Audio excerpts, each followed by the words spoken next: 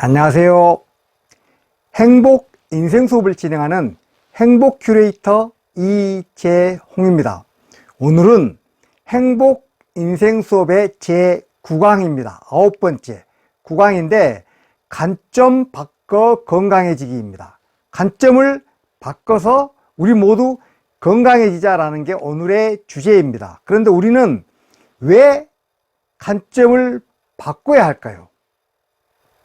세상을 살다 보면 우리는 끊임없이 어떤 스트레스 환경에 노출될 수밖에 없지요. 그런데 그러한 어떤 스트레스 환경에 노출될 때마다 우리가 스트레스를 받는다면 우리는 굉장히 어떤 우리의 건강에 문제가 생기겠죠. 만약에 우리가 밤길을 걷다가 갑자기 어떤 새끼줄이 딱 나타났을 때 갑자기 뱀처럼 느껴지는 거예요. 만약에 그걸 뱀이로 생각했다면 그때 스트레스 호르몬이 그냥 아드레날린, 그러한 코르티솔 이런 스트레스 호르몬이 여기 확 나오는 거죠. 그때 이제 우리가 어떤 도망가라는 어떤 신호거든요. 그 우리의 어떤 수십만 년 동안 진화 과정에서 자연스러운 그런 현상이죠. 문제는 그러한 호르몬들이 우리의 면역력을 약화시키는 거죠. 그래서 우리는 바로 나중에 그게 뱀이 아니고 새끼줄이었구나 생각을 하면 바로 스트레스 호르몬이 안 나오는 거죠. 그런 식으로 우리가 어떤 스트레스 환경에 노출됐을 때 우리는 스스로 노력을 해가지고 우리의 생각을 바꿔줘 버리면 그러면 스트레스 호르몬은 안 나오게 되는 거죠. 그 투사가 투를 할 때 어떤 소를 막 피하죠. 그렇게 피하는 것처럼 우리는 계속 어떤 스트레스 환경에서 고난이나 고통을 받는 그러한 스트레스 환경에서 적절하게 투사가 어떤 소를 피하듯이 우리는 피해 나가야 되는데 그게 바로 관점을 바꿔 가지고 우리가 스트레스를 받지 말자는 겁니다. 저기 보면 어떤 스트레스가 어떤 환경에 노출이 된다면은 코르티솔이나 아드레날린이 막 나오는 거죠. 그리고 여러 가지 이제 그게 우리의 면역을 약화시켜 가지고 만병의 근원이 되는 거죠. 우리나라에 그 중학교에서 행복 수업이라는 교과서를 가지고 행복 수업을 하는 학교들이 상당히 많습니다. 그 교과서에 나온 사례입니다. 그 옛날에 아주 분홍색을 너무나도 좋아하는 그 왕이 있었어요. 그 왕이 그냥 핑크대왕 퍼시왕입니다. 너무나 분홍색을 좋아해 가지고 이름이 핑크대왕이에요. 그 핑크대왕은 그 나라 전체를 다 핑크빛으로 다 바꿨어요. 사람들에게, 백성들에게도 핑크색 옷만 입게 만들고, 그리고 모든 건물, 그런 것들도 전부 핑크색으로 바꾼 거죠. 그런데 그 대왕이 모든 걸 핑크색으로 바꾸려고 하는데, 핑크색으로 바꿀 수 없는 단 한 가지가 있었어요. 그게 뭐냐? 바로 하늘이었습니다.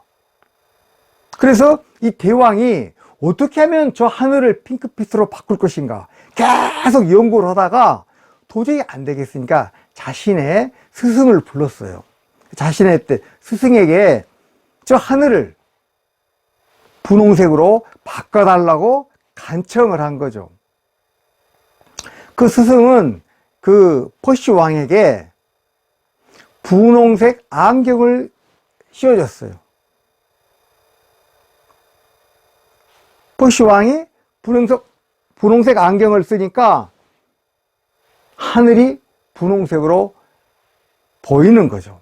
그래서 그 퍼시왕은 너무나도 즐거워했다는 게 바로 중학생들 행복 수업 교과서에 나온 그러한 얘기입니다. 그것처럼 우리는 어떤 우리의 안경을, 검정색 안경을 쓰면 까맣게 보이는 거고 핑크색으로 쓰면 분홍색으로 보이는 거죠.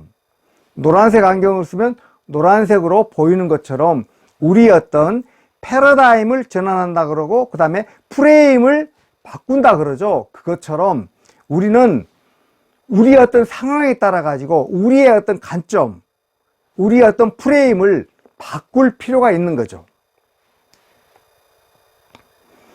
그 건물 어느 곳에 창을 내더라도 그 창만큼만 우리는 세상을 볼 수가 있죠. 벽으로 다 가려져 있는데 그 창만큼만 밖을 볼 수가 있는 것처럼 우리는 우리의 관점이라고 하는 그러한 마음의 창을 통해 가지고 세상을 봅니다. 그게 우리는 굉장히 객관적으로 본다고 생각을 하지만 사실은 우리의 관점을 통해서 우리의 어떤 프레임을 통해서 채색되고 왜곡된 세상을 살고 있는 거죠. 그래서 우리가 관점을 바꿔가지고 어떤 스트레스 상황에 그걸 있는 그대로 받아들여가지고 막 어떤 스트레스 받지 말고 우리가 관점만 바꾼다면 우리는 사는 동안에 아주 마음을 편하게 그리고 건강하게 살 수가 있는 거죠. 그래서 우리는 관점을 바꿔서 좀 더 건강하게 살아가자. 이건 항상 생각을 해야 합니다. 우리가 관점을 바꾼다는 것은 생각을 바꾸는 거죠. 오뇨대사는 그 의상대사와 함께 당나라에 유학을 가다가 불교 공부하러 당나라에 유학을 가다가 그 해골물 사건을 경험하고 깨달음을 얻었습니다. 일체유심조라는 깨달음을 얻었죠. 저 이야기의 내용을 모르신 분은 안 계실 거예요. 그러면 처음에 오뇨대사가 밤에 캄캄할 때 아주 맛있게 먹은 물인데 그걸 아침에 혼할 때 보니까 해골물이었더라. 그게 갑자기 토했던 거죠. 왜 어제 저녁에는 그렇게 맛있게 달고 맛있게 먹었는데 오늘 아침에 그걸 해골물이라는 게 알고 나서 그냥 이렇게 토해질까? 세상사 모든 것은 그건 변한 게 없잖아요. 그 해골물은 어제도 해골물이었고 오늘도 해골물이잖아요. 똑같은데 내 마음에 따라서 이렇게 바뀌는구나. 그래서 세상사 모든 게 그렇게 일체유심조라는 그러한 것을 깨닫고 내가 구태여 당나라까지 가가지고 공부할 게 뭐가 있느냐, 이거면 다지. 그리고 깨달음을 얻은 거죠. 그만큼 우리의 마음이 모든 것을 지배하는 거죠. 그 하버드 대학의 윌리엄 제임스 교수는 저렇게 얘기를 했어요. 인류가 발견한 최고의 깨달음은 인간은 자신의 태도를 바꿈으로써 자신의 인생을 바꿀 수 있다. 이렇게 이제 얘기를 했습니다. 태도를 바꾼다는 것은 삶을 바라보는 자신의 관점을 바꾼다는 거죠. 그게 바로 프레임을 바꾼다는 겁니다. 사실 우리는 다른 사람들에 대해서 아주 공정하고 객관적인 어떤 그러한 관점을 갖는 게 굉장히 어렵습니다. 우리는 모두 내 관점에서 누군가를 보고 있는 거예요. 어떤 내 친구를 봤을 때 그 친구가 있는 그대로를 보는 게 아니고 나의 관점으로 채색되어 있죠. 나의 관점은. 그렇게 좀 바뀌어진 그러한 관점으로 그 사람을 보는 겁니다. 내가 좀 삐딱한 성격 같으면 계속 사람들 좀 삐딱하게 보는 거죠. 어떤 계기에 의해서 그 사람을 굉장히 좋게 생각을 했다면 그 사람이 좀 좋지 않은 행동을 하더라도 그 사람이 좋게 보이죠. 이런 식으로 내 관점이 바로 객관적인 잣대를 갖고 있다고는 그건 좀 볼 수가 없는 거죠.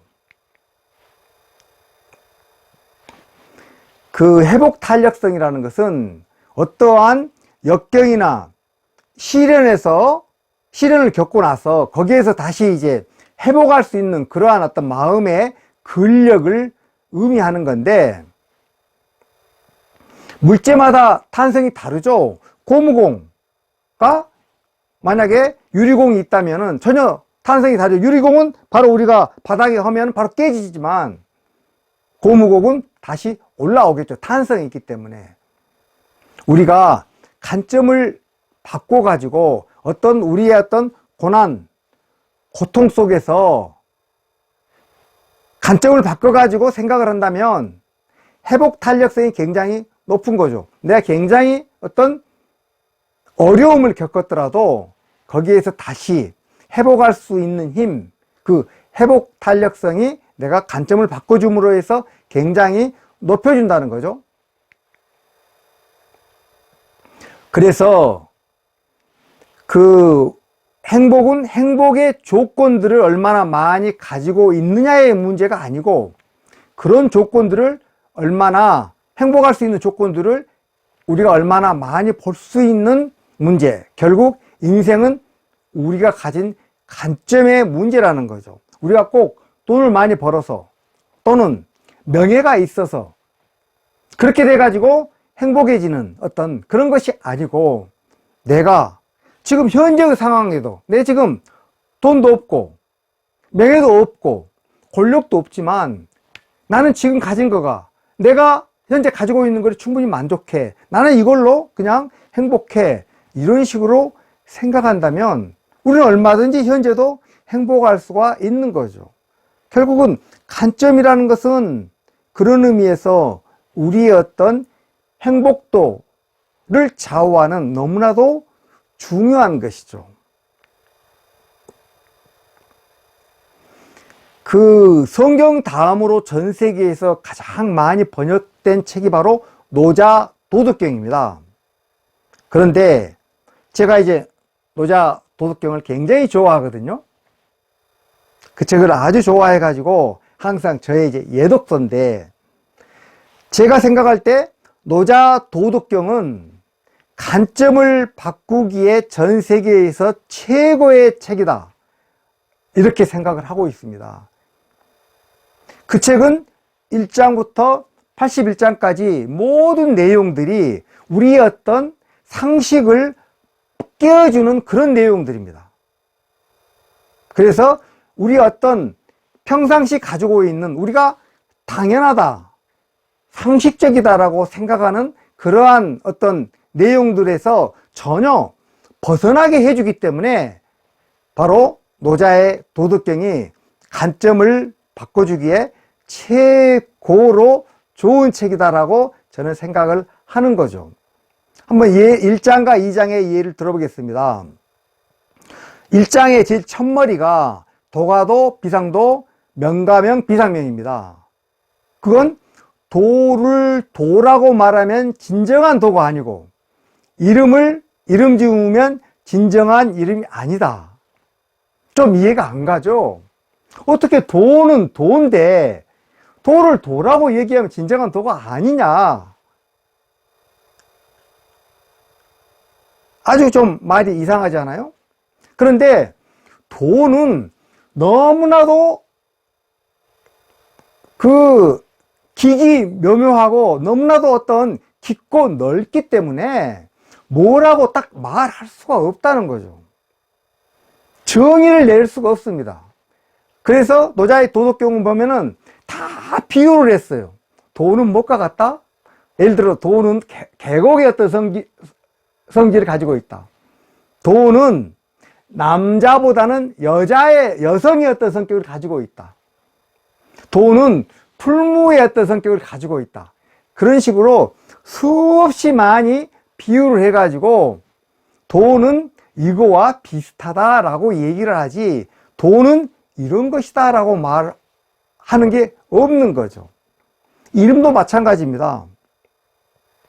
우리가 나무를 나무라고 했을 때, 우리의 나무가 사람의 어떤 개개인에 따라 가지고 자기가 가지고 있는 나무의 어떤 그러한 개념이 있는 거죠. 그게 딱 생각이 나는데, 사실 나무라는 것은 굉장히 많은 종류가 있죠. 아프리카에 가서 이렇게 보면, 지난번에 어디에서 보니까 아주 어떤 곤충 같은 걸 막 잡아먹는 그런 나무가 있는데, 전혀 나무라고 볼 수 없는 그런 나무들이 있더라고요. 그것도 나무잖아요. 근데 우리가 평상시에 그냥 나무라고 생각을 한다면, 우리가 평상시에 잘 보는 소나무나 뭐 느티나무 이런 나무가 떠오르죠. 어떻게 아프리카에 있는 그렇게 곤충을 막 잡아먹는 아주 희한하게 생긴 나무가 떠올리겠습니까? 그런데 우리는 그걸 다 나무라고 이름을 지어놨거든요.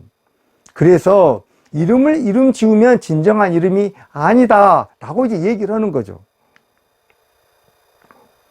2장에서 보면 세상 사람들이 모두 아름답다고 하는 것을 아름다운 것으로 알면 이는 추하다 그랬습니다.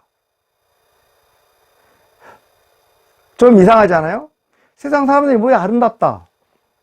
근데 그걸 내가 아름다운 것으로 알면 이는 추하다. 만약에 미스 코리아를 이제 뽑는데, 미스 코리아는 심사위원들이 예를 들어서 어떻게 이목구미가 어떻게 되고 키는 얼마에 다 어떤 규정되어 있습니다. 문제는 그렇게 딱 규정된 미스 코리아를 뽑을 때 어떤 규정된 사람만 아름답고 나머지는 아름답지가 않다고 한다면, 지극히 어떤 그 소수만 아름다운 것이고 나머지 모든 여자들은 아름답지가 않는 게 되는 거죠. 그런데 사람은 누구나 자기만의 아름다움이 있습니다. 키가 크건 키가 작건 눈이 크건 눈이 작건 어떻게 생겼든 간에 누구나 자신의 어떤 고유의 아름다움을 가지고 있는 거죠. 이렇게 들에 핀 그러한 들꽃이 아름다운 어떤 장미를 보고 부러워하고, 아, 나도 장미처럼 될 거야, 나도 장미처럼 되고 싶어, 그렇게 하지 않는 것처럼 모든 세상의 모든 꽃은 나름대로의 어떤 아름다움을 가지고 있는 것처럼 사람도 마찬가지인 거죠.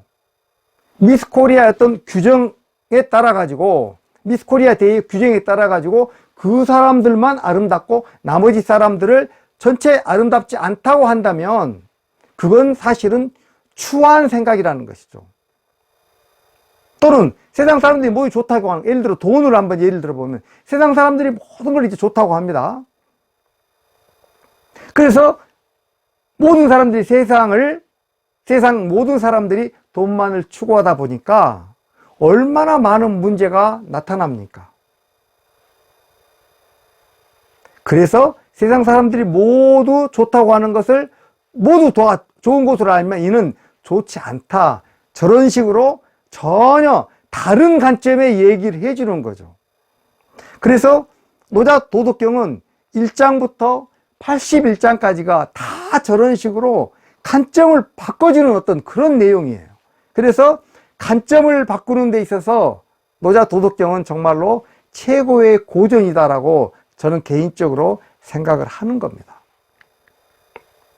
그럼 오늘 제가 우리들이 어떤 평상시에 관점을 바꿀 때 있어서 항상 좀 생각을 해야 되는 3가지 키워드에 대해서 말씀을 드리고자 합니다.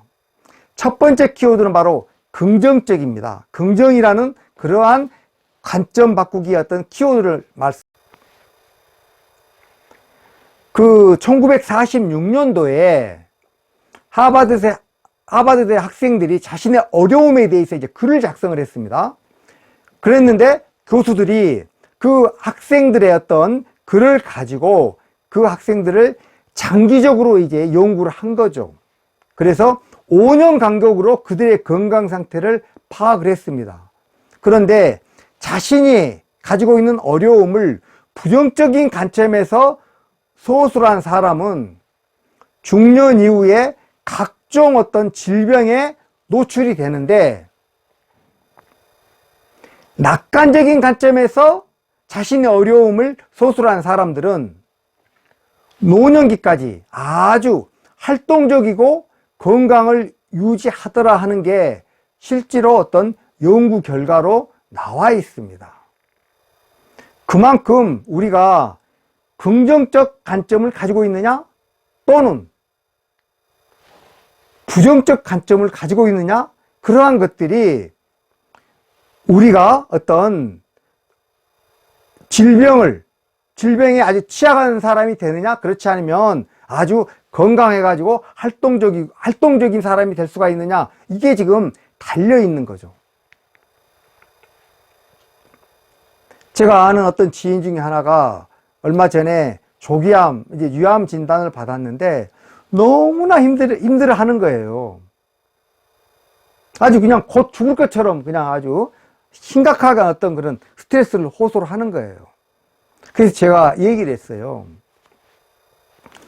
조선시대 왕이 27명이 있는데 그 사람들의, 그 왕들의 평균 수명은 46세밖에 안 됐다.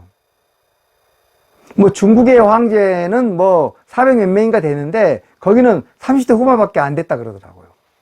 그러면은 우리가 지금 당장 죽어도 조선시대 그 왕들보다도 더 오래 산 건데, 지금 그렇게 조기암에, 그것도 뭐 아주 초기인데 그 진단받았다고 해서 꼭 그렇게 스트레스를 받아야 되냐, 제가 아주 그런 식으로 상당히 이제 얘기를 좀 오래 했어요. 그랬더니 어쨌든 간에 좀 위로를 받는 듯한 어떤 눈치였는데 모르겠어요. 그 친구가 진짜로 위로를 받았는지.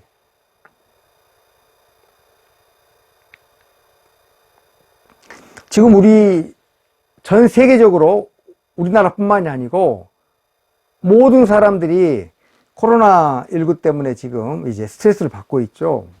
우리나라가 좀 확진자가 10만 명 이상이고 사망자는 1,800명 가까이가 되죠. 근데 한번 생각을 해보면 우리 선배들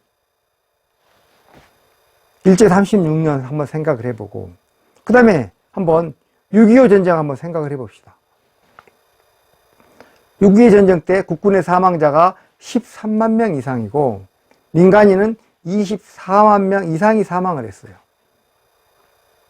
어떤 그런 사태를 겪었던 우리 선배들에 비한다면 지금 코로나19가 그렇게 우리에게 그렇게 크게 큰 문제가 아니지 않느냐, 이런 식으로 조금 관점을 바꿔볼 수가 있는 거죠. 그런데 실제로 코로나 블루로, 우울증으로 그게 시달리는 사람들이 의외로 많거든요. 우리가 좀 생각만 바꿔보면, 수십 년 전에 살았던, 우리보다 수십 년 전에 살았던 그런 선배들의 그런 고통보다는 이게 별거 아니구나, 그런 게 비한다면. 이런 식으로 우리의 관점을 바꿔버린다면 사실 좀 별거 아닌 거죠. 더더군다나 이건 시간이 좀 필요해서 그런 거지, 백신 개발되면 다 해결될 문제잖아요. 사실 관점을 바꾸는 문제는 기업체에서 가장 많이 사용을 합니다. 그래서 이제 그 경영학에 보면 시장 세분화라는 그러한 개념이 있는데, 시장을 자꾸 잘라가지고 관점을 바꾸는 거죠. 처음에는 전체의 어떤 그런 대상의 어떤 뭐였는데, 이 제품을 노인들이 편리하게 만들려면 어떻게 해야 될까? 또는 어린아이들이 쉽게 이걸 하려면 어떻게 해야 될까? 이런 식으로 자꾸만 어떤 관점을 바꿔보는 거죠. 처음에 남성, 여성 같이 사용하는 그런 물건인데 이걸 여자들만 특별히 좀 쉽게 사용하려면 어떻게 좀 바꾸면 될까? 이런 식으로 하는 게 계속 시장을 잘라나가는 게 시장 세분화죠. 그래가지고 기존의 제품과 나의 제품을 뭔가 차별화시키는 게, 그러면 새로운 어떤 제품이 탄생이 되는 거죠. 처음에는 치약 같은 게 우리가 어렸을 때만 해도 한 가지밖에 없었잖아요. 럭키 치약 하나밖에 없었죠. 그냥 그걸로 다 됐어요. 그런데 그게 이제 지금은 잇몸에 좋은 치약 또는 뭐 시린이에 좋은 거, 그런 식으로 자꾸 세분화가 되죠.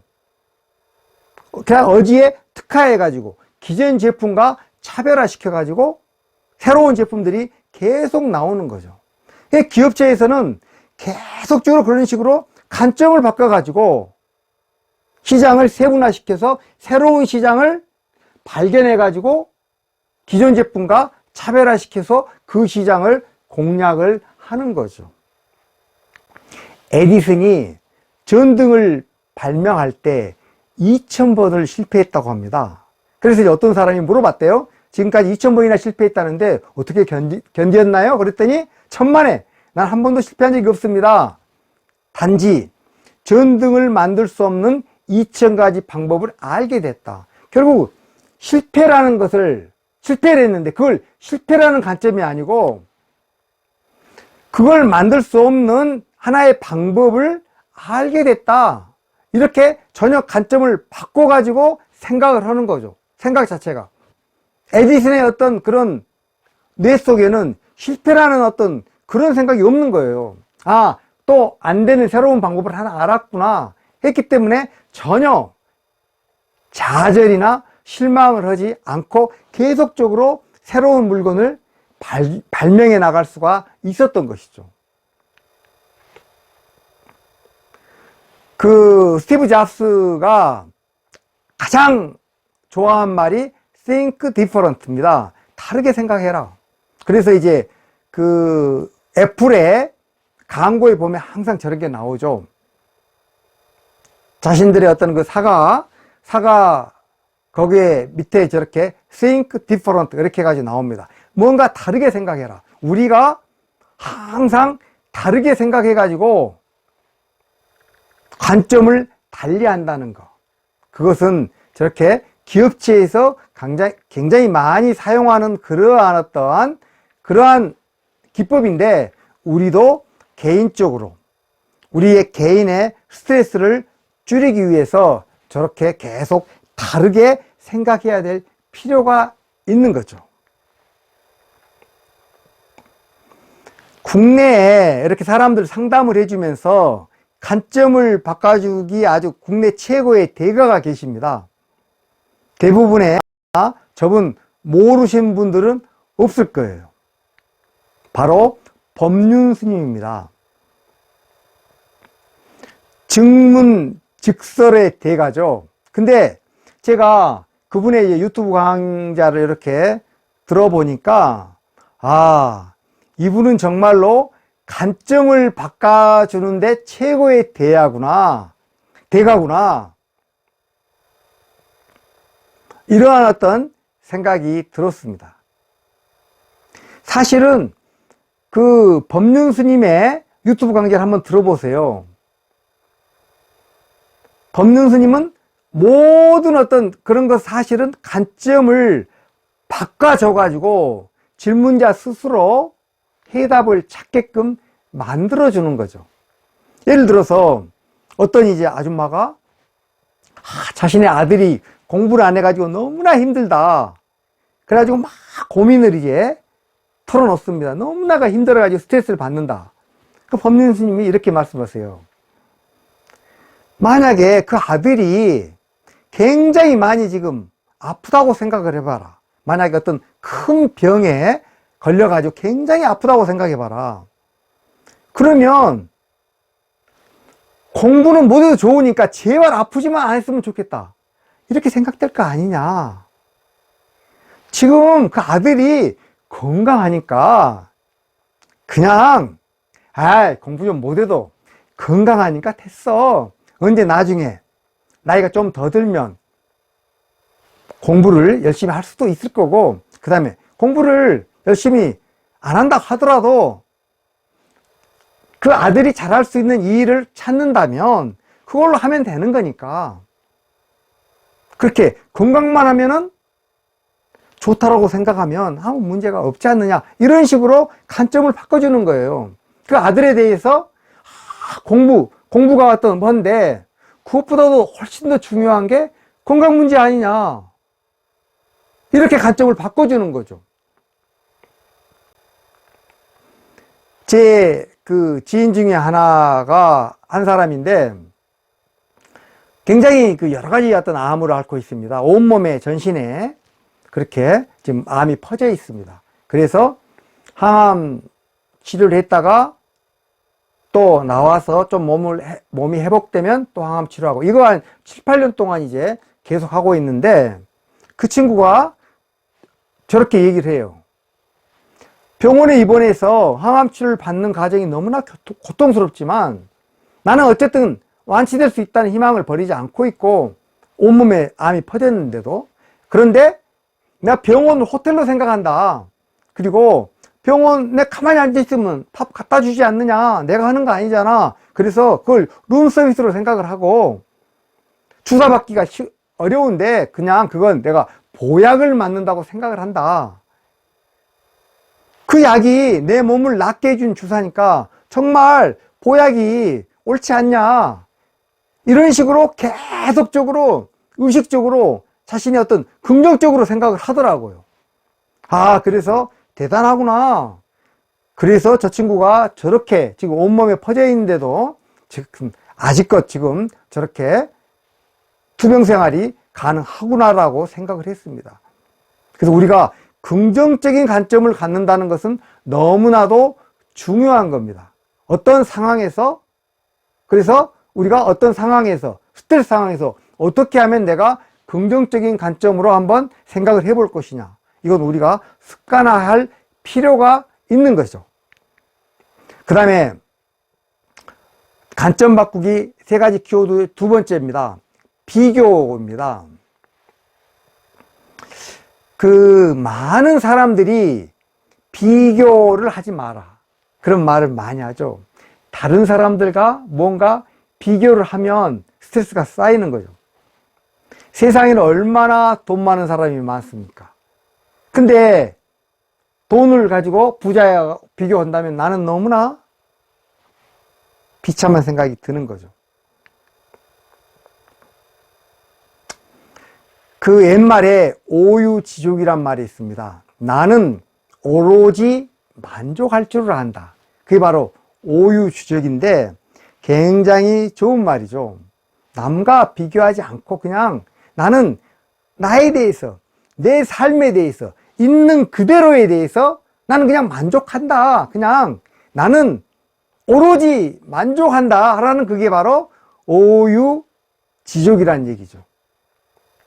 그래서 우리나라 옛날 선비들은 다 오유지족을 하나의 인생관으로 가지고 자신의 어떤 좌우명처럼 그렇게 사는 선비들이 굉장히 많습니다. 그런데 문제는 세상을 살다 보면 비교하지 않고 살 수는 없어요. 우리는 태어날 때부터 누군가와 비교를 하는, 이제 그렇게 태어났어요. 그래서 어린애들도 딱 봐가지고 자기보다 덩치가 상대가 크면 딱 조금 위축되지만, 내가 상대가 자기보다 덩치가 작으면 만만해가지고 그냥 그걸 놀리기도 하고, 그렇죠. 어린애들도, 아주 어린애들도. 그런 식으로 우리는 누군가와 비교를 합니다. 문제는 어떻게 비교를 하느냐. 그래서 비교의 기술이 굉장히 중요한 것 같아요. 그러면 어떤 게 바로 비교의 기술이냐? 비교는 상향 비교와 하향 비교가 있습니다. 상향 비교는 계속 위만 쳐다보는 거죠. 나보다 계속 돈 많은 사람만 쳐다보는 거예요. 내가 지금 30평짜리 사는데 50평짜리 사는 사람은 얼마나 행복할까? 아, 80평짜리 산다면 운동장이겠네? 이런 식으로 계속적으로 위만 쳐다보는 거죠. 위만 쳐다보면 목 디스크 걸립니다. 그리고 항상 나는 부족 에너지에 그냥 차 있는 거예요.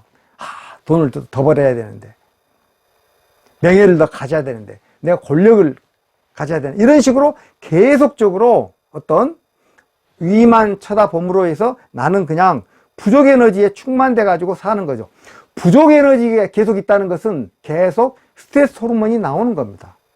그 사람은 계속적으로 코르티솔이나 아드레날린 같은 그러한, 또는 노르 아드레날린 같은 그러한 스트레스 호르몬이 나와 가지고 자신의 면역력을 갉아먹는 거죠. 그런데 만약에 비슷한 내 주변에 주변의 사람, 그래, 나 정도 사는 사람도 세상에는 많아, 나처럼 그냥 힘들게 사는 사람도 얼마나 많아, 이렇게 생각을 한달지, 또는 완전히 밑에를 쳐다보는 거죠. 그게 이제 하향 비교죠. 아, 방글라데시에 사는 사람들은 물도 없어. 거기에 그래서 우물 파주는 어떤 그렇게 우물 파주는 활동을 하는 사람도 굉장히 많이 있죠.